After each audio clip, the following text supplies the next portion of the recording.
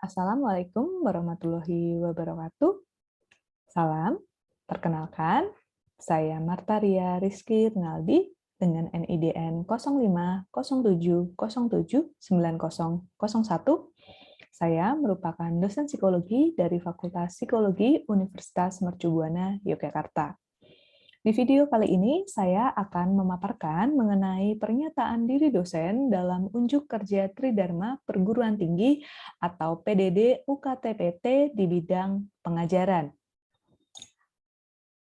di mana saya akan memaparkan mengenai mata kuliah yang saya pilih, yaitu Praktikum Psikodiagnostika Non-Kognitif. Saya akan memaparkan mengenai deskripsi mata kuliah, capaian pembelajaran mata kuliah atau CPMK, materi pembelajaran, sistem pembelajaran, metode pembelajaran, sistem penilaian, dan nantinya akan ada rekaman video pembelajaran yang telah saya lakukan. Yang pertama, mengenai mata kuliah, identitas mata kuliah ini yaitu bernama Praktikum Psikodiagnostik Non-Kognitif, yang mana mata kuliah ini diambil oleh mahasiswa semester 6 dengan kode PSU 2163P. Statusnya adalah mata kuliah wajib dengan bobot 2 SKS. Mata kuliah ini memiliki mata kuliah prasyarat, yaitu Psikologi Dasar 2. Deskripsi dari mata kuliah ini memberikan keterampilan kepada mahasiswa untuk menjadi seorang administrator tes atau dapat menjadi tester dan scorer, dan mahasiswa memiliki kemampuan untuk melakukan interpretasi parsial dari alat tes. Di dalam mata kuliah ini akan memberikan pengenalan mengenai alat tes non-kognitif, baik berupa tes proyektif maupun non-proyektif. Capaian pembelajaran mata kuliah ini yang pertama, mahasiswa mampu memahami penggunaan alat tes psikologi, terutama alat tes non-kognitif, baik proyektif maupun non-proyektif. Yang kedua, mampu melakukan administrasi alat tes psikologi non-kognitif, baik proyektif maupun non-proyektif. Yang ketiga, mampu melakukan scoring alat tes psikologi non-kognitif, baik proyektif maupun non-proyektif. Dan yang keempat, melakukan interpretasi atau pemaknaan secara parsial untuk alat tes psikologi non-kognitif, baik yang proyektif maupun non-proyektif.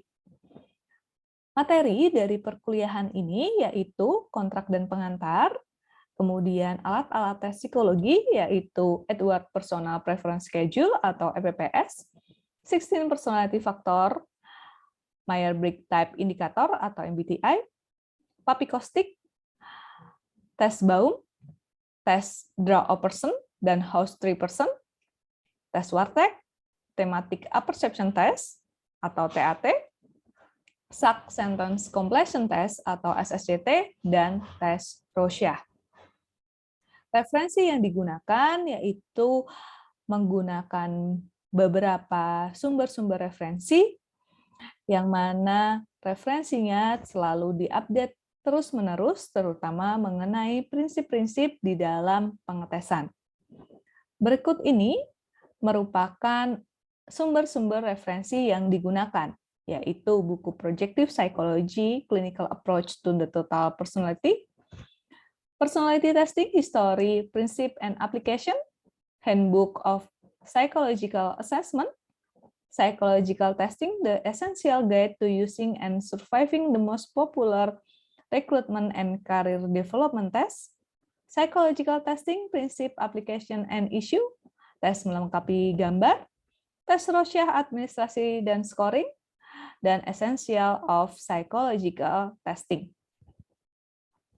Sistem pembelajaran yang dilakukan untuk mata kuliah ini karena pandemi COVID ini yaitu masih dilakukan secara daring penuh, di mana dalam pelaksanaannya dilakukan dengan dua sistem, yaitu synchronous, dan asynchronous. Sinkron dengan kuliah tatap muka virtual melalui Zoom, dan praktikum yang didampingi oleh asisten yang telah disupervisi. Untuk asinkron, yaitu menggunakan website e-learning Mercu Buana, di mana di dalam website ini saya unggah materi pembelajaran, forum diskusi, tugas, UTS, dan UAS. Berikut ini adalah tampilan dari website e-learning.mercubuana-yogya.ac.id, di mana di halaman website ini untuk mata kuliah praktikum psikodiagnostik non-kognitif, di sini terdapat link pertemuan online-nya, kemudian link video pembelajaran, materi, tugas, dan forum dan diskusi. Dalam pembelajaran sinkronus yang dilakukan, yaitu saya memberikan paparan secara bertahap terkait dengan administrasi, scoring, dan interpretasi. Kemudian setelah diberikan paparan mengenai administrasi, mahasiswa itu akan role play di dalam kelas besar yang bersama-sama dengan saya keseluruhan mahasiswa. Kemudian mahasiswa dibagi di dalam breakout room untuk melakukan administrasi secara bergantian dalam kelompok-kelompok kecil. Dan selanjutnya setelah saya berikan paparan terkait dengan scoring, mahasiswa melakukan scoring, dan yang terakhir, kemudian setelah scoring selesai diberikan paparan terkait dengan interpretasi, maka mahasiswa melakukan interpretasi. Dan mahasiswa diberikan tugas untuk mengerjakan keseluruhan scoring dan interpretasi dari alat tes yang sedang dipelajari. Selanjutnya, mahasiswa juga melakukan praktikum bersama dengan asisten. Interaksi antara dosen dan mahasiswa dilakukan selain dengan tatap muka langsung dengan Zoom, juga terdapat grup WhatsApp dan forum diskusi melalui website e-learning, serta tanya jawab langsung saat perkuliahan tatap muka virtual. Nah, sistem penilaian di mata kuliah ini dengan beberapa metode penelitian, yaitu ujian tengah semester dan ujian akhir semester, dengan bobot masing-masing 25%, serta tugas individu dalam kaitannya di sini dengan tugas-tugas seperti scoring, seperti itu, dan praktikum dengan asisten, di mana dibagi dalam praktikum sebelum UTS dan praktikum setelah UTS dengan bobot juga 25% masing-masing. Nah, dalam penilaian praktikum, unsur-unsur yang dinilai yaitu kemampuan mahasiswa dalam melakukan praktikum, yaitu terkait dengan administrasi, scoring, dan interpretasi parsial tes. Berikut ini adalah cuplikan dari rekaman video pembelajaran yang telah saya lakukan. Terima kasih. Administrasi ini ada di dalam buku ini ya, di halaman 37 sampai 68. Silakan, boleh ditekuk dulu.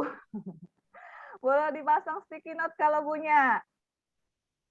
Jadi tadi yang saya tekankan sekali di awal ke teman-teman bahwa administrasi penting banget ya. Kenapa? Karena yang diinterpretasi nantinya yang kita nilai di akhir adalah hasil dari administrasi. Sehingga harus benar-benar administrasinya sesuai dengan protokol. Protokolnya apa ini ya? Protokol yang ada di dalam buku ini, di dalam proses pelaksanaan tes ini. Nah, jadi administrasi ini harus benar-benar diperhatikan sesuai dengan pedoman dan standar penyajian agar diperoleh jawaban sesuai dengan keadaan diri subjek yang sebenarnya, bukan karena kesalahan administrasi. Seringkali ya kita tuh terus memaklumi, ya udah nggak apa-apa deh, kayak gitu kan ya dalam prosesnya. Tahapnya ada 4 ya, ingat jangan sampai kebalik-balik besok pelaksanaannya. 4 ini harus urut, gitu ya. Yang pertama adalah performance proper, kemudian yang kedua inquiry, yang ketiga analogi, dan yang keempat testing the limit. Di mana tahap 3 dan 4 ini sunnah gitu, bukan sunnah sih, hanya jika diperlukan. Enggak selalu subjek itu diteskan tahap 3 dan 4. Saya pada umumnya dalam pelaksanaan tes tentu saja kita perlu mempersiapkan kondisi fisik dan psikis. Ya, jadi yang pertama, tester maupun testi harus siap ya secara fisik maupun psikis. Jadi sehat fisik dan sehat jiwa gitu. Jadi teman-teman sendiri nggak dalam keadaan yang terlalu sedih kayak gitu atau terlalu senang gitu ya. Dan juga tidak sedang sakit. Karena ketika sakit akan sangat mempengaruhi respon-respon jawaban. Tidak menyediakan waktu sepenuhnya. Kenapa tes ini lama? Ya, performance proper aja bisa 1 jam. Belum inquiry. Jadi, baik teman-teman sebagai tester maupun testingnya nanti harus banget emang ada kesediaan waktu. Enggak yang, oh mau ngejar pesawat. Nah loh, itu cuman punya waktu terbatas kayak gitu kan. Nah, ini tidak disarankan dalam kondisi yang demikian. Lalu dalam suasana pemeriksaan, subjek harus tenang dan santai dan mengerti apa yang harus dikerjakan.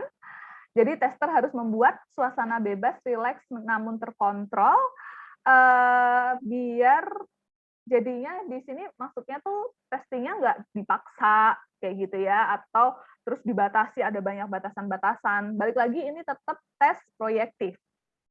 Ya. Jadi tetap menekankan kebebasan klien dalam menjawab. Nah, tempat duduk dan peralatan, nah ini perlu banget dipersiapkan banget ya gimana posisi duduknya. Jadi posisi duduknya ini benar-benar diatur juga di sini, tapi sebenarnya diaturnya pun fleksibel gitu ya. Jadi tempat duduk yang ideal adalah tester duduk di samping testi membentuk sudut siku. Jadi sini tester, yang sebelah kanan tuh testi. Jadi di kanan ini kanan saya, ini di sini ada tumpukan kartu. Nah, testi ada di sini, di kiri saya. Gitu. Ini akan memudahkan nanti, jadi kita nanti tuh ngambilin kartu di sini, tunjukin kartunya ke testi, gitu. Nah, testinya bisa melihat kartu-kartunya. Itu yang paling memudahkan. Nah, kemudian tadi kartu-kartu tuh disusun tumpuk, urut, dari nomor 1 di atas, tentu saja, terus 10 yang paling bawah.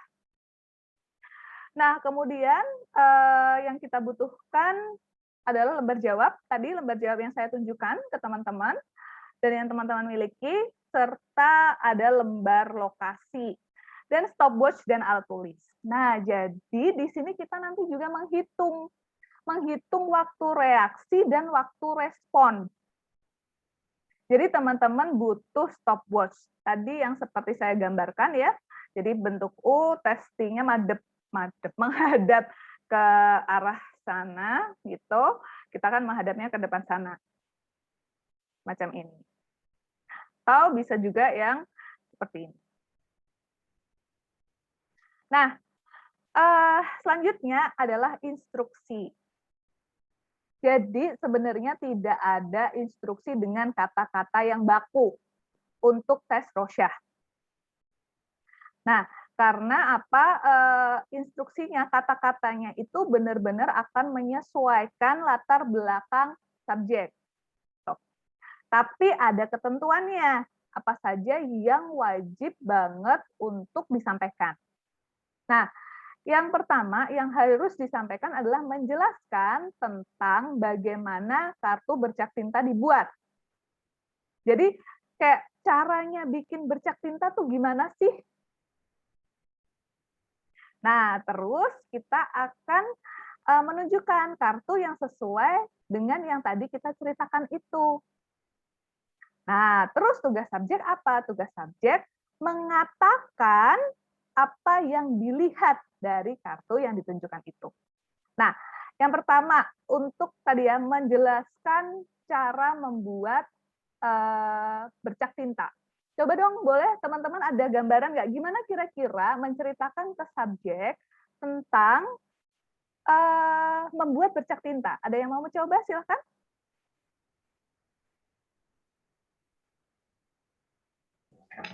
Ibu, Silakan. Siapa tadi? Desi. Mau coba Silakan. menjelaskan. Oke. Nanti kalau ada salah tolong dikoreksi. Iya, nggak apa-apa. Jadi gini. Untuk baik pada hari ini kita akan memulai tes ya. Saya akan menjelaskan bagaimana bercak tinta itu dibuat. Bercak tinta dibuat pada kita pakai selembar kertas kosong. Bercak tinta dibuat pada selembar kertas kosong yang kemudian diteteskan tinta kertas kosong itu, kemudian dilipat menjadi 2, terus ditekan, kemudian dibuka lagi, maka akan terbentuklah bercak tinta itu. Oke, sip. Betul. Semacam itu. Gitu ya. Jadi kita menjelaskan gimana caranya boleh dengan memperagakan seperti itu. Gitu. Dan kita juga bisa membawa contoh kertas yang sudah kita tetesin tinta dan menjadi kertas bercak tinta. Sehingga nanti ketika misalnya subjek kita, klien kita bingung, Mbak maksudnya kayak gimana, Mas maksudnya kayak gimana, kita bisa tunjukin, ini loh contohnya, karena kita nggak boleh menunjukkan kartu rosyah sebelum subjek benar-benar paham. Ya, jadi memang perlu persiapan nih ya sebelum kita ngetes, nggak langsung ujuk-ujuk, oh ya ada tes alat tesnya, udah nggak. Kita perlu persiapan untuk itu juga, untuk mempersiapkan kartu bercak tinta sendiri. Gitu, itu yang bagian pertama. Terima kasih Mbak Desi. Nah, selanjutnya di dalam proses instruksi gitu ya. Mungkin beberapa subjek masih bingung gitu kan, masih menolak gitu. Gini gimana gitu kan. Nah, kita bisa sampaikan bahwa segala macam hal dapat terlihat pada kartu bercak tinta tersebut. Setiap orang melihat bercak tinta tersebut belum tentu sama. Semua jawaban adalah benar. Nah, ini yang seringkali suka orang salah, nggak ada jawaban salah dan nggak ada jawaban benar. Lanjut jawabannya apa? Kan bikin orang jadi bingung kan kalau kayak gitu, ya kita sampaikan aja bahwa ya semua jawaban diterima. Tidak ada yang salah, tabu, jorok, saru, memalukan, dan lain sebagainya. Jawaban akan dicatat dan waktu akan dihitung, namun jangan terikat oleh waktu. Maksudnya, jadi kadang-kadang orang juga bingung ya ketika kita bilang kayak gitu ya. Jangan terikat waktu gimana? Nah, terus malah dia menggunakan waktunya lama banget, ngelamun dulu, main handphone dulu, kayak gitu kan ya. Nah, tetap kita bisa sampaikan bahwa gunakan waktu se-efektif mungkin, gitu, biar memotivasi klien untuk mengerjakan ya, memang sesuai waktu mengerjakan, dia nggak ngapa-ngapain, gitu. Ini tadi juga terus bisa gunakan waktu seperlunya dan katakan jika sudah selesai. Jadi kayak kita setelah dia ngomong menyampaikan, oh bentuk ini, lihat ini, gitu kan. Terus kalau udah bilang, jadi nanti sampaikan jika sudah selesai, biar dia pas udah kelar ini kita nggak nungguin, masih nungguin dia padahal udah gitu. Jadi kita sampaikan instruksi bahwa katakan jika sudah selesai, sehingga kita bisa matiin stopwatch untuk tahu berapa lama respon. Gitu. Nah, ya. Jadi di sini dalam kita melakukan memberikan instruksi hanya menyampaikan tugas dia. Maksudnya klien ini disuruh ngapain gitu ya. Itu yang kita sampaikan. Jadi di sini kita perlu menghindari beberapa kata di bawah ini. Yang pertama, Anda boleh melihat kartu selama Anda suka. Nah, loh dia pengen ngeliatin itu sejam gimana coba? Kan ya, lelah kita. Terus Anda bebas melakukan apapun. Kalau kayak gitu dia sambil gulung-gulung salto-salto gimana? Kan? Nah, jadi ini emang sebenarnya bebas, dia bebas ngapain kartunya tadi yang Mbak Ria bilang di awal bisa diputer-puter gitu kan. Tapi di sini nggak terus, dia benar-benar bebas melakukan apapun. Terus Anda harus merasa yakin menceritakan yang Anda lihat. Yang salah apa di sini? Yakinnya, Bu. Yakin? Oke, ada yang lain? Yang salah apa?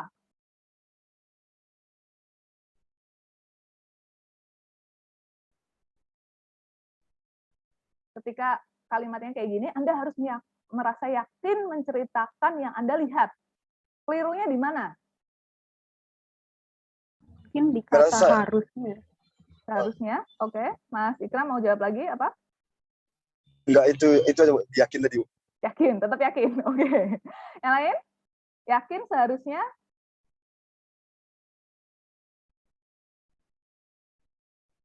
Ada ide yang lain? Dari kalimat ini yang salah apa? Sepertinya harus, Bu. Harus. Oke. Yang lain?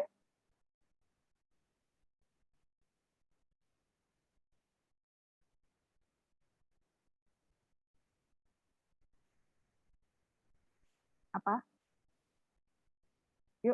Yuk dicoba yuk. Lagi yang lain? Harus, Bu, sepertinya. Harus. Kayak terkesan memaksakan klien. Ya, betul harusnya. Di sini sebenarnya udah saya bold ya, menceritakan. Nggak boleh menceritakan karena ini bukan tes cerita. Jangan salah ya. Jadi kita harus benar-benar memahami makna setiap kata ya. Di sini kita itu meminta dia mengatakan apa yang dilihat, bukan menceritakan apa yang dilihat. Anggap nggak? Apa bedanya antara mengatakan dan menceritakan? Kalau menceritakan itu untuk TAT, Bu. Oke, menceritakan untuk TAT. Ada pendapat yang lain?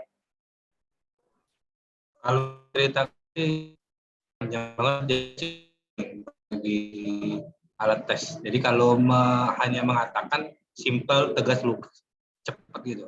Waktunya bisa hemat. Ini masalah efisiensi waktu ya. Baik. Ada yang lain? Kalau menceritakan itu jawaban panjang, Bu. Sedangkan yang sini mungkin lebih ke jawaban singkat sih, Bu, yang diminta. Oke. Ada lagi? Izin, Bu. Mungkin kalau misalnya untuk menceritakan itu lebih kayak ya lebih kayak paragraf atau kata yang mengatakan itu spontan yang apa yang terlihat oleh si subjek itu, Bu. Apa yang terlihat aja gitu. So, kayak benda atau wujud gitu, Bu. Oke, baik. Ya, terima kasih jawaban teman-teman. Jadi sebenarnya jawaban awal di Mas Ikram, ya betul kalau menceritakan TAT gitu. Ini Rosyah. Nah, terus kenapa Rosyah nggak boleh menceritakan? Nah, karena memang yang diminta adalah apa yang dilihat dari kartu itu yang disampaikan. Ketika diminta untuk menceritakan, nanti dia bikin narasi cerita. Padahal bukan itu yang diharapkan di dalam tes ini. Yang diharapkan di dalam tes ini adalah kita mendapatkan apa yang dilihat oleh subjek. Meskipun demikian, bukan berarti dia harus hanya menjawabnya singkat-singkat saja, ya. Jadi ketika subjek menjawab panjang, nggak apa-apa. Misalnya apa? Dia melihat kuda yang menari-nari. Kesannya kayak cerita kan? Nah, tapi itu yang dia lihat, oh nggak apa-apa. Gitu. Tapi ketika nanti kita menstimulus ceritakan gitu. Oh, dia bisa menceritakan ini kudanya menari-nari di atas menara yang ada di mana-mana gitu. Misalnya kayak gitu. Itu kan jadinya cerita gitu. Padahal bukan itu yang kita butuhkan untuk nantinya menginterpretasi. Oke, bisa ditangkap ya teman-teman ya perbedaannya ya. Oke, nah selanjutnya terus ada lagi. Nah, jadi di sini ada lagi sebenarnya kesannya netral ya, gitu kan? Kayak ya ada kayak mendorong lagi, tapi ini jadinya menstimulus. Misalnya kliennya ngerasa udah, terus dia kayak jadinya dipaksa untuk menggali-gali lagi gitu. Maka dari itu tadi di instruksi kita mengatakan bahwa katakan pada saya jika sudah selesai. Jadi kontrolnya di situ ada pada klien. Kita tahu udah selesai belum, dia akan mengatakan sudah atau belum. Gitu. Bukan mengatakan sudah atau belum, akan mengatakan sudah jika sudah.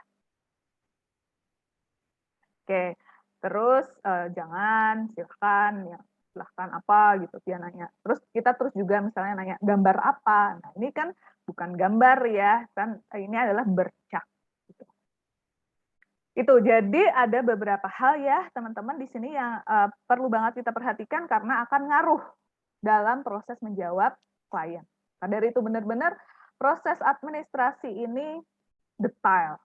Karena akan ini ketika teman-teman salah nih tadi misalnya bilang menceritakan ini, terus jadi cerita panjang-panjang ini tadi, nah kan yang kita interpretasi jawabannya ini, nah kita jadi nggak benar-benar mendapat kondisi klien yang sebenarnya. Oke, lanjut dulu. Jadi ini contoh kalimat untuk membuat bercak tinta. Selembar kertas kosong ditetesi tinta, kemudian dilipat di tengah dan ditekan, lalu dibuka. Maka akan terlihat pola bercak tinta tertentu. Nah, tapi di sini kita tester itu nggak boleh mengatakan terkait dengan gambar, gitu ya. Ini balik lagi, ini bukan gambar, ini bercak tinta, gitu ya. Pola bercak tinta ini bukan gambar. Dan simetris. Nah, kita nggak boleh juga mengatakan bahwa kedua ini yang ketika dibuka akan membentuk pola yang simetris. Tuh, ini nggak boleh untuk disampaikan. Atau terus kita lihat, bukan lihat ya, ketika klien menjawab, subjek menjawab, oh ini adalah kucing hitam yang pekat, misalnya kayak gitu, oh ya bagus gitu. Kita nulis sambil ngasih komentar, atau ih kok aneh sih kayak gitu. Nah ini benar-benar nggak boleh. Jadi nggak boleh ada komentar-komentar yang kita berikan saat kita memberikan instruksi